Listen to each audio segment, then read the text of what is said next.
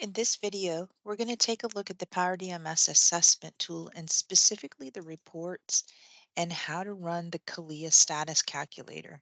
In addition to that, I'm going to go over how to run a status report for specifically if you participate in the tier one process, such as LE1 or CS1. That would only be for law enforcement or campus security.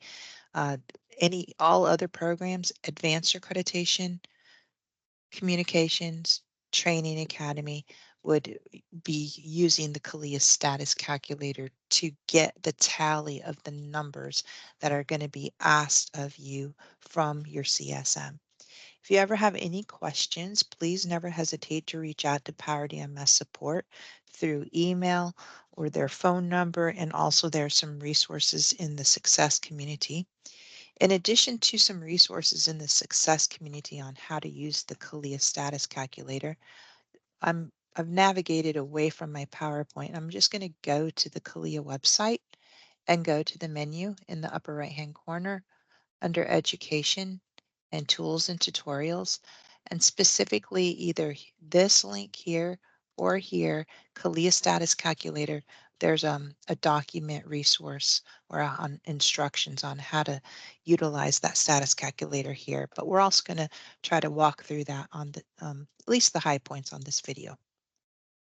So annually, at the time of your web-based assessment, when your CALIA Compliance Services member or CSM is working with you, they're going to ask you for some numbers, and those are going to be your applicable mandatory, without regard to what the status is, your applicable mandatory, your applicable other than mandatory if you're advanced communications or training academy. If you're tier one, you do not have other than mandatory standards, and they're going to ask you your total not applicable standards.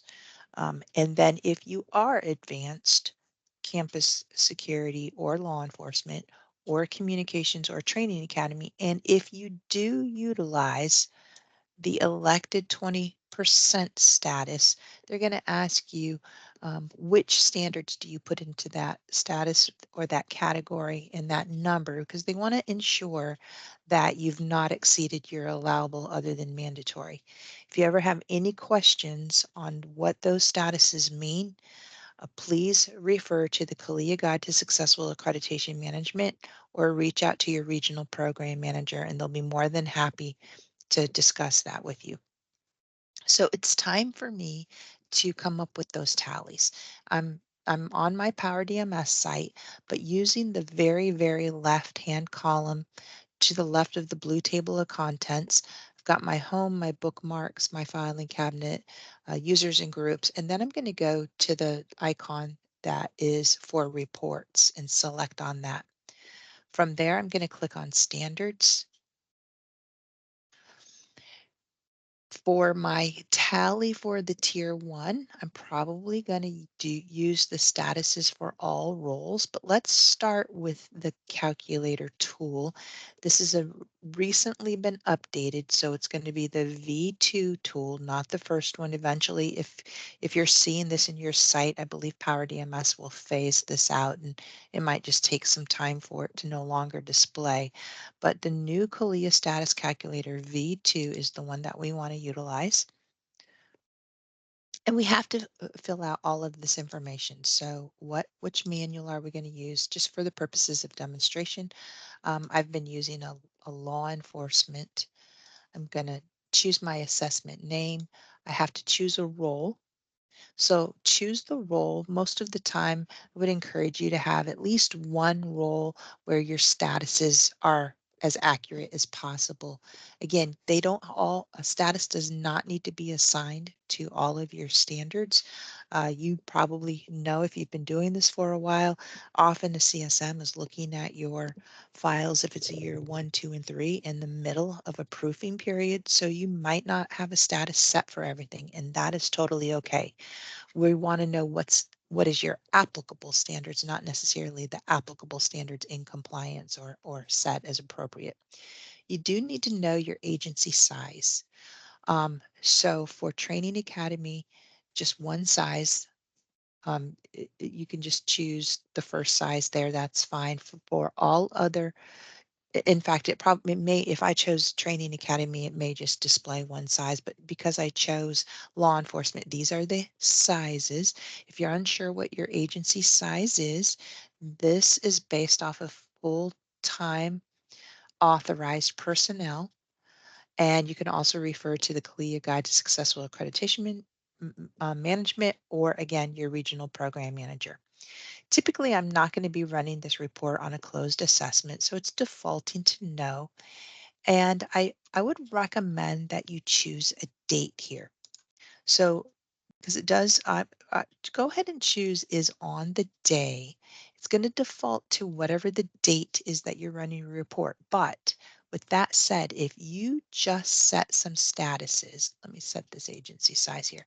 If you just set some statuses today, then you need to choose the next day. Otherwise, it's not going to capture the statuses that you just set in today's date. So I've got all of those fields completed. To load this report, I'm going to use the circular icon in the upper right hand corner. You can see it spinning and loading, and then I'm going to get a display. In this sample assessment, I don't have very many statuses set, but I do have some. So you can obviously, I can take a look there. For the purposes of your CSM, though, what's going to be most helpful to them, and really these dashboards below, this is mainly for you to see where you at, and you can use that as a management within your organization and within your assessment. But for the purposes of what the CSM is going to need, they're going to need these numbers in this box up here. So for my agency size, I've got the total number of standards that this current assessment is on, and that can vary, depending on the version that of the standards manual that your assessment is on, as standards get updated, added, deleted, things like that. So it's the total number of standards, the total number of applicable standards that are mandatory. So I have 234 not applicable, 60 of the other than mandatory standards not applicable, for a total of 294. Total of applicable standards mandatory 168. All right. For a total of 168 there. I don't have any in this example in the 20%, but this chart up above is all that CSM is going to need for their report. You can provide this to them. There's some tile actions here. So if I navigate away, if I bring my cursor in, got these tile actions here that come back. I can download the data. You could just do a screenshot. A lot of times you can just push out an image of this, save it to your desktop, and then email it to your CSM, or you can just screenshot or snip that and send it to them as well. Sometimes just know that you can navigate around, you can open this up. There's other types of things that you can do. And if I had more options here, I might have to scroll up and down just to view all of that. But that little chart right there, for the purposes of the status calculator and what your CSM is going to ask you, applicable, mandatory, applicable other than mandatory, not applicable. That's it. Easy enough.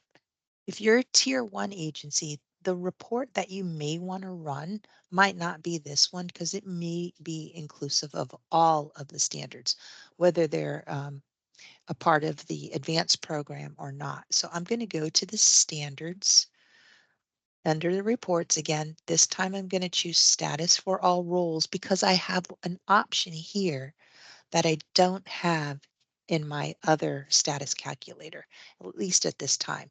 Again, I'm going to choose my manual, I'm going to choose my assessment name, I'm going to choose the role, okay?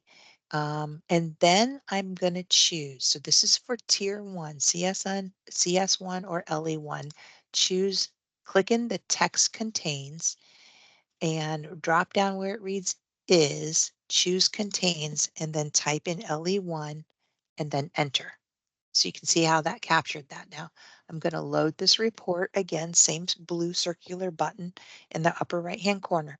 So now this report is only the LE1 standards or the CS1 standards. This is not inclusive of all of the standards that I might not be participating in because I'm not participating in the advanced accreditation. This also, the summary table, if I navigate my cursor down, I get the three dots, the tile actions. You may want to opt to download the data. You can go ahead and download into Excel. I'm going to download that into Excel and we're going to open it up here. Opened on another screen, so let me bring it over. Once I get it, I can enable editing. I can expand my rows a little bit, but all the CSM is going to need to know is your total not applicable and then the total mandatory. So that, I mean, just two numbers that they're going to need here. So just using this one report, even though my status is not set, anything that is other than not applicable, if I have any in here, I'm not sure. I do a few. So I've got 137 rows, and I could reorder this 137 rows plus 31 rows. So I just add those together, and those are my total applicable mandatory, and the rest are not applicable. Those two numbers, it's all your CSM is going to need, and then you can send those all of that data to them. Again, if you are advanced, Training Academy, Communications, you're going to run the status calculator version 2. It's important that your assessment titles are unique, but as long as you're putting in a date range, they always probably should be unique. And again, if you set statuses on the current date, then you're going to want to select the following date as the date that you're running that report as of. If you have any questions on doing this, please reach out to Power DMS support.